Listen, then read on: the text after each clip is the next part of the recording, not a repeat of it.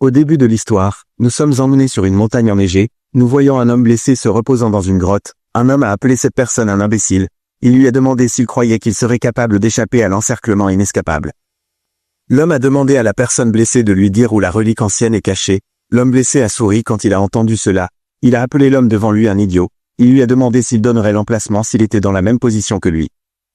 L'homme blessé semble avoir perdu ses deux bras, ses bras gisaient à côté de lui et son épée était sur le sol. Le partenaire de l'homme était agacé d'entendre sa réponse. Il a appelé un bâtard arrogant. Il voulait attaquer notre protagoniste. L'homme l'a arrêté, il lui a dit qu'il devait d'abord contacter l'escouade principale. L'homme a sorti une pierre magique et a informé l'escouade qu'ils avaient eu le fantôme du Nord. Il leur a demandé de confirmer leurs coordonnées. L'escouade principale a confirmé ses coordonnées, ils lui ont dit qu'il serait là bientôt. L'homme a dit à notre garçon qu'il est assez persistant. Il ne s'est jamais attendu à ce qu'il soit encore en vie même après que ses bras aient été coupés. Il a demandé au fantôme du Nord de lui dire la raison pour laquelle il est après la même relique que l'empereur. Son partenaire a dit que le fantôme du Nord n'a aucune raison. Il a dit qu'il essaie probablement de les ennuyer. Il a dit à l'homme qu'ils avaient souffert pendant de nombreux jours à cause du fantôme du Nord. Il a dit qu'ils avaient besoin de s'amuser un peu avec lui avant que l'escouade principale n'arrive. Il voulait rembourser notre garçon pour les épreuves qu'il leur a fait traverser. L'homme a placé sa main sur son épée. Il a demandé au fantôme du Nord de se préparer. Il lui a promis qu'il ne s'arrêterait pas jusqu'à ce qu'il les supplie désespérément pour de la merci. Son partenaire a dit qu'il devait décider de qui commencerait en premier. Les hommes ont décidé de tirer à pile ou face. Le partenaire a dit qu'il irait en premier si c'était face.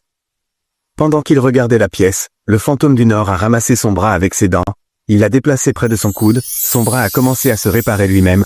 Il s'est dit qu'il ne laisserait pas les choses se terminer sans qu'il ne fasse rien.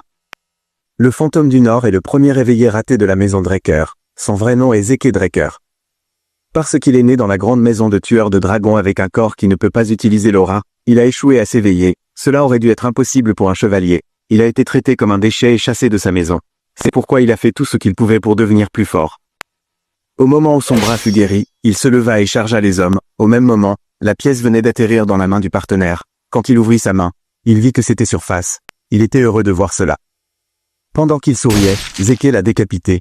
Quelqu'un a dit un jour à notre garçon que si tout ce qu'il poursuit est la force, il n'aura rien à la fin. Zeke croyait que c'était des conneries seulement dites par les forts. Il savait que ceux qui sont faibles seront piétinés par les forts et ce qui leur appartient sera volé. C'était la vérité de ce monde. L'homme était choqué de voir que Zeke avait tué son partenaire. Il a rapidement sorti son épée. Le fantôme du Nord s'est retourné et a chargé sur lui. Il a détruit son épée d'un seul coup et l'a abattu. Au moment où il a fait cela, il a senti la présence de quelqu'un. Il a utilisé sa main droite pour ramasser son autre bras. Il l'a déplacé près de son coude et a commencé à le guérir. Quand il a vu les hommes de l'escouade principale, il s'est dit qu'il ne serait pas capable de s'échapper. Les hommes étaient choqués de voir comment Zeke attachait son bras à nouveau. Ils ont réalisé qu'il était un irrégulier. Ils étaient dégoûtés par lui. L'un d'eux a dit que Zeke mourrait toujours s'il lui coupait la tête. Au moment où il a dit cela, ils ont chargé sur lui. Ils ont entouré le fantôme du Nord et l'ont attaqué sous tous les angles. Au moment où le combat fut terminé, Zeke avait plusieurs épées plantées en lui. Heureusement, il a réussi à éliminer chaque personne de l'escouade principale. Notre garçon a craché du sang. Il a réalisé qu'il allait bientôt mourir. Même s'il ne pouvait pas prendre sa vengeance, il avait quand même réussi à voler quelque chose que l'empereur recherchait. Il croyait que c'était un accomplissement. Il a mis sa main dans ses vêtements et a sorti une petite sculpture de dragon. Avec un sourire sur son visage, Zeke a dit désolé à quelqu'un connu sous le nom d'Alicia. Pendant qu'il souriait, du sang de sa tête est tombé sur la tête de la sculpture. Au moment où cela est arrivé, la sculpture a libéré une lumière dorée brillante. Un énorme dragon doré est apparu derrière Zeke. Quelqu'un était sous ce dragon. La personne se tenait derrière notre garçon. Une fenêtre de statue est apparue et a dit que l'âme du dragon ancienne a été gravée sur la volonté de celui qui persiste. Elle a dit qu'une mesure urgente a été activée. Elle a demandé à Zeke s'il était d'accord. Notre garçon croyait qu'il entendait des bruits aléatoires maintenant qu'il était sur le point de mourir. Le système lui a demandé à nouveau s'il était d'accord. Zeke a demandé au système de se taire. Il lui a demandé de faire comme il lui plaît. Le système a pris cela comme Zeke acceptant ces mesures. Il a dit qu'un pouvoir promis irréversible est en train d'être activé. Il a dit qu'un compte à rebours va commencer maintenant. Le système a commencé à compter à partir de 5. C'était la dernière chose dont Zeke se souvenait avant de se réveiller dans le corps d'un petit garçon. Il s'est demandé s'il était retourné dans le temps. Il a regardé un miroir. Il ne pouvait pas croire qu'il était retourné dans son corps plus jeune. Il pouvait encore ressentir vivement la sensation des épées plantées dans son corps. Zeke est tombé sur le lit. Il a remarqué que l'endroit semblait familier. Il a rapidement réalisé qu'il était dans le berceau. Le berceau est l'institution d'entraînement de la maison Draker. La famille Draker est la famille de tueurs de dragons. C'est l'une des 3 grandes maisons transcendantes. Terrakan Draker était le héros qui a sauvé le continent en tuant le dragon maléfique Bahamut dans la guerre il y a 1000 ans. Ses descendants ont fondé l'actuelle maison Draker. Peut-être était-ce parce qu'ils étaient des descendants du tueur de dragons, mais tous les descendants de la lignée Draker avaient la bénédiction de l'aura. Ils étaient capables d'éveiller facilement leur aura de haut niveau. Ils devenaient des chevaliers. Tous étaient capables de faire cela sauf Zeke. Pendant qu'il se reposait, le système d'administration lui a dit qu'il redémarrait. Zeke s'est rapidement levé. Il s'est demandé s'il entendait des choses. Zeke était choqué d'entendre cela. Le système lui a dit qu'il avait l'autorité sur une partie de celui-ci. Il a accueilli notre garçon et a activé la fenêtre de statut. Elle lui a montré plusieurs fenêtres. Zeke était surpris de voir les choses ressemblant à des vidéos magiques. Il s'est demandé si un artefact s'était activé. Le système a ouvert la fenêtre de statut et a affiché les informations de Zeke à lui. Il lui a montré une fenêtre de statut d'administrateur de Barin. Elle affichait son nom. Elle montrait sa classe qui était guérisseur. Sa classe était rare. Le titre qu'il avait était celui qui a reçu la bénédiction du dragon ancien.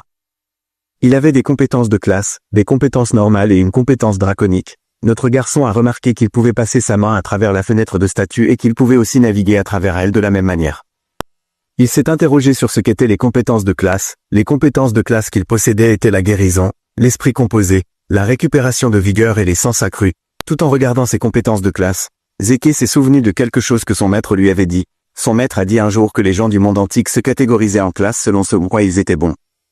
Chaque classe s'entraînait dans des techniques spécialisées connues sous le nom de compétences.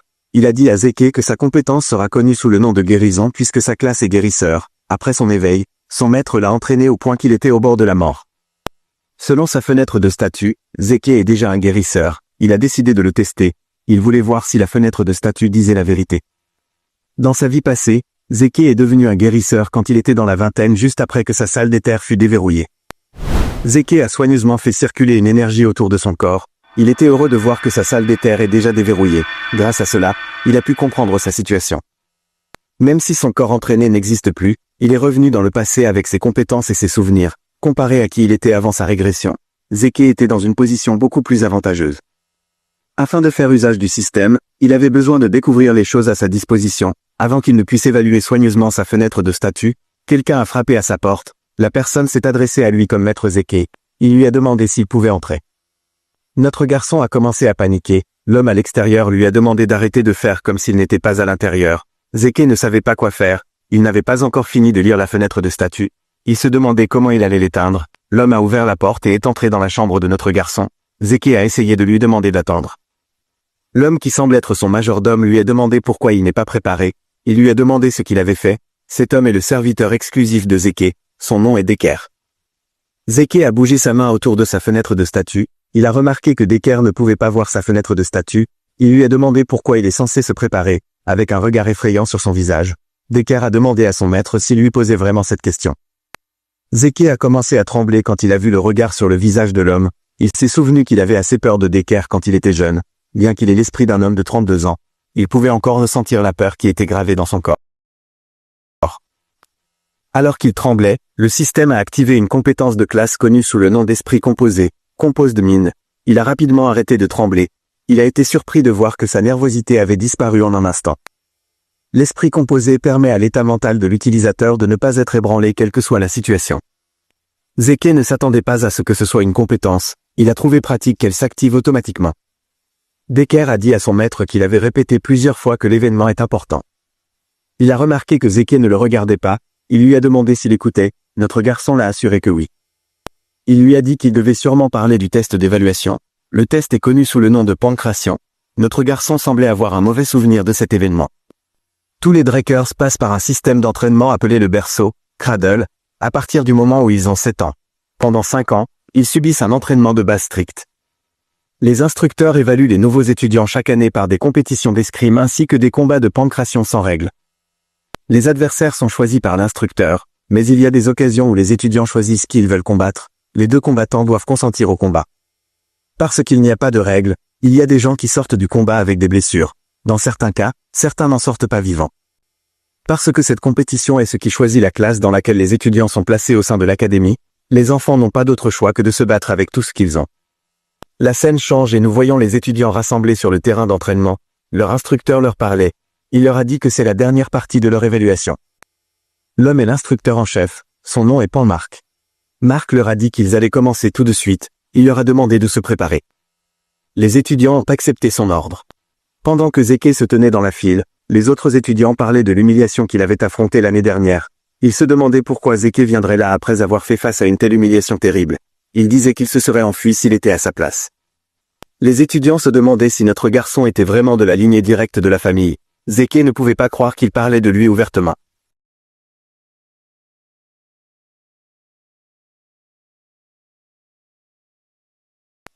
Un garçon connu sous le nom d'Aaron a été appelé sur la scène, lui et son adversaire ont pris position. Marc a balancé sa main et leur a demandé de commencer le combat. Aaron a chargé le garçon. Pendant qu'il était distrait, Aaron a utilisé sa jambe pour le frapper au menton. Le garçon est tombé au sol. Zeke n'a pas été surpris de voir comment le garçon a perdu. Il croyait que c'était attendu parce que le garçon ne s'était pas mis dans une position de défense appropriée. Puisque le garçon connu sous le nom de Gotha était incapable de se battre à nouveau, l'instructeur a annoncé qu'Aaron avait gagné le combat. Zeke ne pouvait pas croire qu'il était terrifié par ce match stupide quand il était plus jeune. Les étudiants n'étaient rien pour lui. Il a bâillé parce qu'il trouvait le match ennuyeux. De l'autre côté de l'arène, un étudiant observait notre garçon avec un sourire maléfique sur le visage. Le garçon faisait craquer ses articulations. La scène change et nous voyons Zeke et son adversaire sur la scène. Son adversaire était le garçon qui faisait craquer ses articulations. Le nom du garçon est Léon. L'instructeur leur a demandé à tous les deux s'il était prêt. Ils ont tous les deux dit qu'il l'était. Zeke n'aimait pas le fait que son adversaire soit Léon. Avec un sourire sur son visage, Léon a demandé à notre garçon pourquoi il était de retour. Il lui a demandé s'il n'avait pas eu assez de son attention l'année dernière. Zeke s'est souvenu comment il avait supplié pour sa vie auprès de Léon quand il était plus jeune. Le garçon l'avait roué de coups. Il avait dû le supplier de l'épargner. Notre garçon n'était pas surpris de voir que Léon était son adversaire. Le garçon est toujours son adversaire chaque année. Il savait que Léon devait avoir tiré quelques ficelles en coulisses. Notre garçon savait que sa famille lui dirait qu'il doit être capable de surmonter de tels coups tordus pour être un vrai tueur de dragons. Zeke trouvait que c'était des conneries. Il ne pouvait pas croire que cette ordure était son cousin. Dans sa vie passée, les 4 frères et sœurs de la lignée directe n'avaient jamais eu la chance de se rencontrer. Cependant, il y avait plus d'une douzaine de cousins qui étaient plus que disposés à l'intimider. Léon a félicité Zeke d'être revenu après s'être fait battre. Il lui a dit qu'il est vraiment courageux. Il lui a demandé s'il n'avait pas appris sa leçon parce qu'il est si inférieur. Le système a activé la compétence d'esprit composée pour calmer notre garçon. Il a réalisé que cela faisait un moment qu'il n'avait pas entendu les insultes stupides de son cousin. Avec un regard sérieux sur son visage, il a dit à Léon qu'il ne serait pas gentil s'il l'appelait à nouveau inférieur. Léon a placé sa main sur sa tête, il a demandé à Zeke ce qu'il allait faire, il a appelé une pièce d'ordure inférieure. Au moment où il a dit cela, Zeke lui a donné un coup de poing sur le visage, l'attaque l'a repoussé. Quand notre garçon a frappé son cousin, frappe critique, Critical Strike, a été activée. La compétence inflige des dégâts critiques à l'ennemi. Elle peut être contrée si l'attaque ne parvient pas à toucher la personne. Léon a hurlé de douleur. Zeke a jeté un œil à sa main. Il voulait seulement assommer Léon. Il ne s'attendait pas à ce qu'une compétence soit activée alors qu'il frappait dans son style normal. L'instructeur a demandé à Zeke ce qu'il faisait. Il a couru rapidement pour vérifier Léon. Il a dit à notre garçon qu'il avait attaqué avant qu'il ne leur demande de commencer. Zeke a dit à Marc que personne ne dit « Prêt, partez » sur le champ de bataille. Avec un sourire sur son visage, il a dit que la personne qui frappe en première a l'avantage. Marc est devenu nerveux. Il a remarqué qu'il pouvait sentir une soif de sang provenant de Zeke. Léon a dit à l'instructeur qu'il allait bien, il s'est redressé et a demandé à Marc de commencer le combat. Avec un regard de colère sur son visage, il a dit qu'il tuerait l'ordure inférieure. Zeke a souri quand il a entendu cela. Il a dit à son cousin qu'il est trop stupide pour apprendre sa leçon. L'instructeur a balancé sa main et leur a demandé de commencer. Léon a rapidement chargé notre garçon. Quand il s'est approché de lui, Zeke l'a attaqué avec de multiples coups de poing. Léon a pu les bloquer en mettant sa garde. Il a remarqué que les coups de poing de Zeke n'avaient pas beaucoup de puissance. Il avait eu peur à cause du coup de poing que notre garçon lui avait donné plus tôt. Il ne pouvait pas croire que le poing de Zeke ne faisait pas mal du tout. Il était certain que notre garçon n'était pas une menace pour lui tant que sa garde était haute. La seule chose dont il se méfiait était le contre du bras gauche de Zeke. Quand Zeke a balancé sa main gauche vers son cousin, il l'a esquivé en s'abaissant. Il ne pouvait pas croire que notre garçon utiliserait une attaque aussi évidente. Il a attrapé sa jambe et a essayé de le faire tomber. Il a appelé ordure inférieure et lui a demandé de mourir. Avant qu'il ne puisse faire tomber Zeke, il a ressenti une douleur dans sa tête. Il a rapidement reculé. L'instructeur était choqué de voir ce qui venait de se passer. Il ne pouvait pas croire qu'un enfant de 12 ans ait ce niveau de sens du combat. Au moment où Léon a esquivé le contre de Zeke et a essayé de le faire tomber, Mark a supposé que Léon allait gagner. Cependant, Zeke a frappé le menton de Léon et s'est dégagé de son emprise. Cependant, Zeke était différent. Il était toujours calme malgré le fait que son contre avait échoué. La concentration et la précision nécessaires pour infliger des dégâts aussi exacts et efficaces sont folles. Mark s'est demandé s'il s'agissait du même Zeke qu'il connaissait. Léon tremblait. Il ne s'était pas remis des dégâts. Il savait qu'il devait créer de la distance entre lui et notre garçon. Avant qu'il ne puisse bouger, Zeke a réduit l'écart entre eux. Il l'a frappé à la jambe. Léon a été choqué de ressentir la douleur dans sa jambe. Il s'est demandé comment Zeke pouvait être si fort alors que son corps est si petit. Il a chargé sur lui par colère. Notre garçon a réalisé qu'il était capable de contrôler sa force lorsqu'il a frappé Léon à la jambe. Quand le poing de Léon s'est approché de son visage, une autre compétence de classe s'est activée. La compétence est connue sous le nom de « sens accru », Heightened Sense. Elle augmente ses sens temporairement. Zeke a vu la main de son cousin bouger au ralenti. La sensation de cette compétence lui semblait familière. Comme il s'était habitué à contrôler l'éther, notre garçon a décidé de mettre fin au combat. Il a couvert ses bras avec l'énergie et a saisi la main de Léon. Il a projeté le bâtard au sol avec une grande force. L'instructeur a été choqué de voir cela. Une compétence connue sous le nom de « coup d'estoc précis », Precise Stab, s'est activée. La compétence permet à Zeke de frapper le point faible de l'ennemi pour des dégâts critiques. Zeke a utilisé son coude pour frapper la côte de Léon. Il s'est mis sur lui et a couvert sa main d'éther. Il a saisi son cou et lui a dit que même un idiot comme lui sera capable d'apprendre sa leçon. Au moment où il a dit cela, il a commencé à frapper Léon au visage. Le garçon l'a supplié d'arrêter mais Zeke n'a pas écouté. Il a continué à le tabasser. L'instructeur et les autres étudiants étaient choqués de voir cela. Après l'avoir frappé à sa satisfaction, il s'est levé. Le corps de Léon était couvert de son propre sang. Zeke a dit au bâtard que c'est ce qui arrive quand on s'en prend à lui. Après avoir massacré son cousin, Zeke a senti que sa tête était claire maintenant qu'il avait un peu transpiré. Il s'est tourné vers les étudiants et leur a dit qu'il pouvait maintenant les reconnaître. Il leur a demandé d'arrêter de le dévisager. Il leur a demandé de venir sur scène s'il avait quelque chose à dire. Un garçon aux cheveux rouges s'est levé et a interpellé Zeke. Il lui a dit qu'il le choisirait comme adversaire de Pancration. Il a dit qu'il avait quelque chose à dire. Ce garçon est Jaqen Vardek. Il est aussi le cousin de Zeke. Notre garçon lui a dit qu'il acceptait son défi. Il lui a dit que le combat serait trop ennuyeux s'il n'y avait que lui. Il a demandé à quelqu'un connu sous le nom de Liam Stone de rejoindre Jaqen. Liam est le serviteur de Jaqen. Le garçon était agacé de voir que Zeke demandait à son serviteur de le rejoindre. Avec un sourire sur son visage, notre garçon a dit à Jaqen que c'était maintenant un combat équitable. Jaqen lui a demandé s'il venait de l'insulter. Avec un large sourire, Zeke l'a appelé un abruti et lui a dit que oui. Jaqen était enragé par les paroles de notre garçon. Il a promis de le battre à mort. Lui et Liam sont allés sur la scène. L'instructeur a demandé à Zeke de ne rien faire jusqu'à ce qu'il leur demande de commencer. Notre garçon lui a demandé de ne pas s'inquiéter. Zeke a souri quand il a vu Liam. Il a trouvé intéressant de revoir le roi des mercenaires. Dans sa vie passée, Liam avait rejoint le berceau et l'académie en tant que serviteur de Jaqen, mais parce qu'il était un parent éloigné, il avait été délaissé dans son éducation. Il avait supplié de rejoindre l'enseignement supérieur de l'académie connu sous le nom de Valhalla. Il a fini par rejoindre l'ordre des chevaliers d'une petite nation appelée Baranon. Une fois Baranon tombé, Liam est devenu mercenaire. Dans ces temps chaotiques, les gens se rallient au fort. Grâce à sa longue carrière de mercenaire, il est devenu un chevalier rouge et a fondé ses propres mercenaires de pierre. Il a uni les 3 plus grands groupes de mercenaires et a bientôt été appelé le roi des mercenaires. Alors que l'Empire engageait les mercenaires de pierre, Liam est entré dans les guerres continentales. Notre garçon et les nordistes ont affronté Liam en tant qu'ennemi. Zeke a souri en pensant à cela. Il a réalisé que leur relation peut être différente dans cette vie. Au moment où il a pensé à cela, Mark leur a demandé de commencer. Jaqen a rapidement chargé notre garçon. Il a attaqué quand il s'est approché de lui. À la surprise de l'idiot, Zeke a attrapé son poing. Avec un regard effrayant, il a rappelé au garçon qui lui avait demandé de se battre avec Liam. Jaqen a repris sa main. Il a dit à Zeke qu'il ne marcherait pas dans ses ruses bon marché. Il a rapidement utilisé sa jambe pour attaquer notre garçon.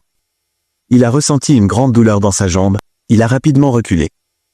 Zeke a couvert son coude d'éther et l'a utilisé pour bloquer l'attaque. Il a conseillé à son cousin de bien regarder avant d'attaquer.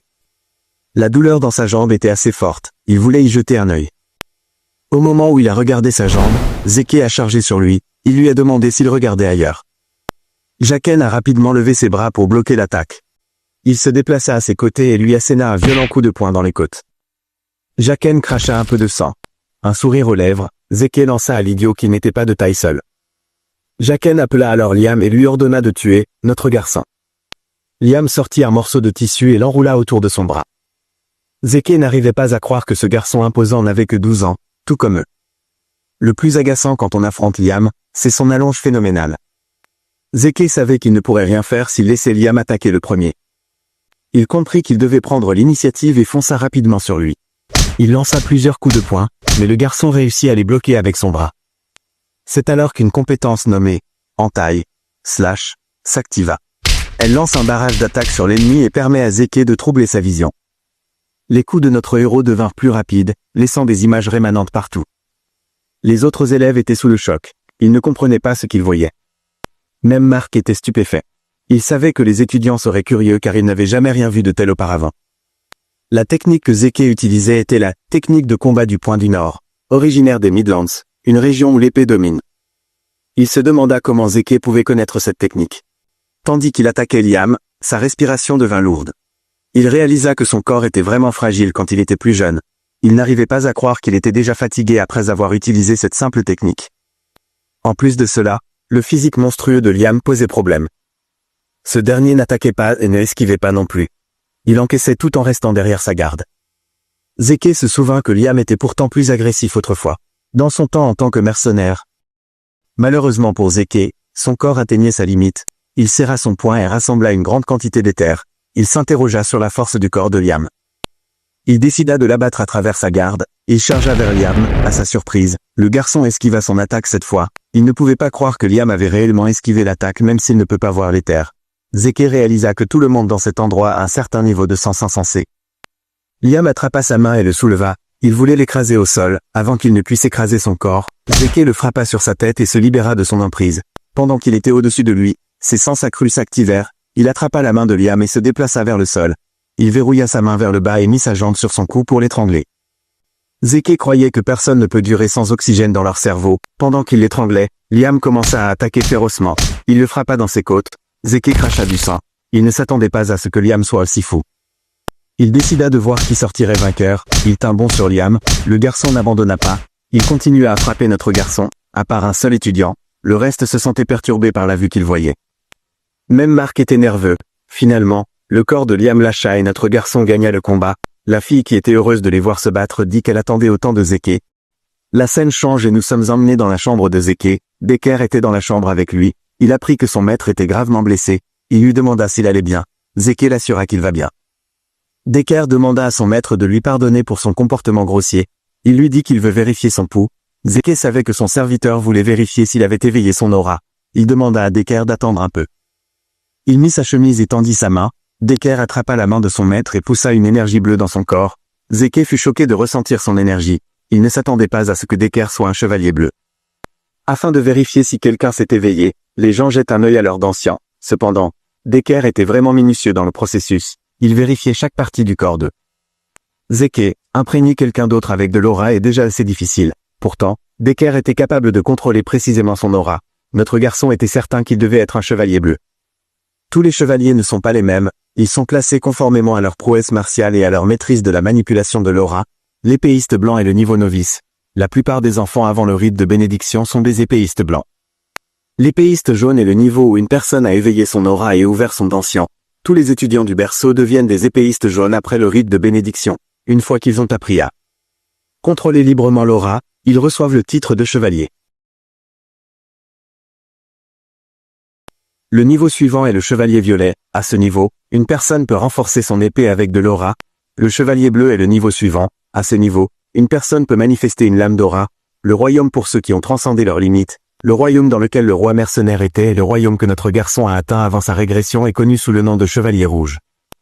Il y a un autre royaume au-dessus de celui-ci, c'est le royaume des chevaliers noirs. Il y a très peu de monstres sur le continent qui sont à ce niveau. Zeke se demandait pourquoi quelqu'un qui est assez qualifié pour devenir un commandant faisait du babysitting pour lui. Notre garçon savait que Decker ne serait pas capable de sentir son éther. C'est quelque chose que seulement 2 personnes dans le monde entier peuvent utiliser. Decker lâcha son maître. Il lui demanda s'il lui cachait quelque chose. Zeke lui demanda si quelque chose n'allait pas. Il lui demanda s'il lui cachait aussi quelque chose. Decker ne savait pas quoi dire. Notre garçon lui dit qu'il plaisantait simplement. Decker demanda à son maître la raison pour laquelle il a soudainement changé. Zeke lui dit qu'il pose la mauvaise question. Avec un regard effrayant sur son visage, il dit à son serviteur qu'il devrait lui demander pourquoi il a changé maintenant. Il l'assura que beaucoup d'autres choses changeront à partir de maintenant. Il dit que les choses vont simplement être à leur juste place. Il dit à l'homme qu'il a simplement besoin de le suivre. Decker inclina la tête et dit à son maître qu'il comprend. Il lui révéla qu'il a déjà préparé la salle d'entraînement qu'il a demandé. Zeke dit à l'homme qu'il aime le fait qu'il soit toujours rapide. Decker dit à son maître qu'il le verra plus tard. Notre garçon sortit de la pièce et demanda à l'homme de se reposer. Zeke réalisa qu'il devait garder Decker proche au cas où on lui ordonnerait de garder un œil sur lui. Il voulait obtenir des informations de l'homme. Le problème que notre garçon avait été qu'il ne savait pas qui avait ordonné à Decker de garder un œil sur lui. Il était certain que ce n'était pas quelqu'un de la famille de sa mère. Il croyait que ce devait être l'un de ses frères et sœurs. Quand Zeke arriva à la salle d'entraînement, il jeta un œil autour de lui. Il fut surpris de voir à quel point une salle d'entraînement personnelle est grande. Il dit que sa maison est vraiment à la hauteur de son nom. Il décida de vérifier le système avant de commencer l'entraînement. Le système lui présenta ses informations. Zeke remarqua que sa compétence de taillade est maintenant au stade compétent. Il se demanda si ses compétences augmentent au fur et à mesure qu'il les utilise. Il se souvint que la compétence s'était naturellement activée en fonction de ses actions. Il se demanda s'il avait déjà la compétence avant sa régression. Il se demanda si une autre compétence serait ajoutée s'il apprenait quelque chose de nouveau.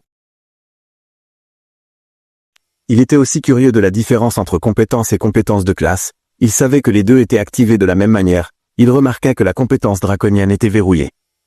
Le système lui dit qu'il est incapable de voir la compétence. Il lui dit qu'il a besoin de 10 points pour la déverrouiller. Quand il tapota sur les points de karma, le système l'informa qu'il peut gagner des points de karma en tuant des monstres. Il avait actuellement 0 points de karma. Zeke se souvint qu'il y a une grande quantité de monstres dans les donjons. Malheureusement, il doit être au niveau d'un chevalier violet avant de pouvoir entrer dans un donjon. Zeke était plus curieux de savoir pourquoi il a régressé dans le passé et ce qu'est le système. Les compétences et la classe lui firent réaliser que sa situation actuelle est liée à l'ancienne relique. Cependant, il avait très peu d'informations sur la relique. Notre garçon décida de ne pas trop y penser. Il ramassa une épée et dit qu'il est prêt à tout utiliser pour devenir plus fort, que ce soit le système ou un Draker. Il y a 2 pouvoirs connus dans ce monde, l'aura des chevaliers et le mana des mages. Les chevaliers renforcent leur aura dans leurs d'anciens, tandis que les mages manipulent leur mana à travers des cercles. Les 2 pouvoirs sont aux extrémités opposées du spectre. Si vous en éveillez un, vous ne pouvez pas éveiller l'autre. Malheureusement pour Zeke, il n'était capable d'éveiller ni son dansien ni son cercle. Il fut abandonné par sa maison.